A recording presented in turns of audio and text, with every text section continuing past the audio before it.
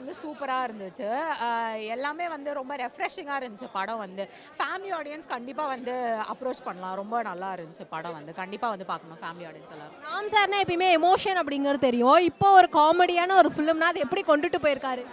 இந்த ஃபிலிம் வந்து 2மே இருந்துச்சு. எமோஷனல் சீக்வென்ஸும் இருந்துச்சு அண்ட் காமெடியாவும் ரொம்ப ஒர்க் அவுட் ஆயிருந்துச்சு. ஏன்னா நம்ம அகில உலக சூப்பர் ஸ்டார் சொல்லவே வேண்டாம்.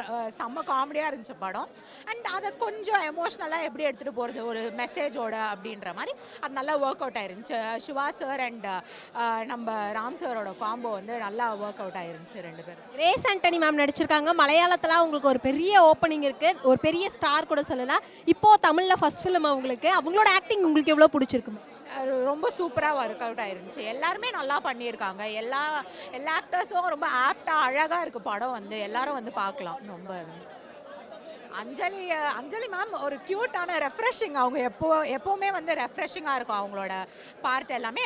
இந்த படத்துலையும் அப்படி தான் ரொம்ப அழகாக இருந்துச்சு. எல்லாருமே ரொம்ப அழகாக போட்டே பண்ணியிருக்காங்க.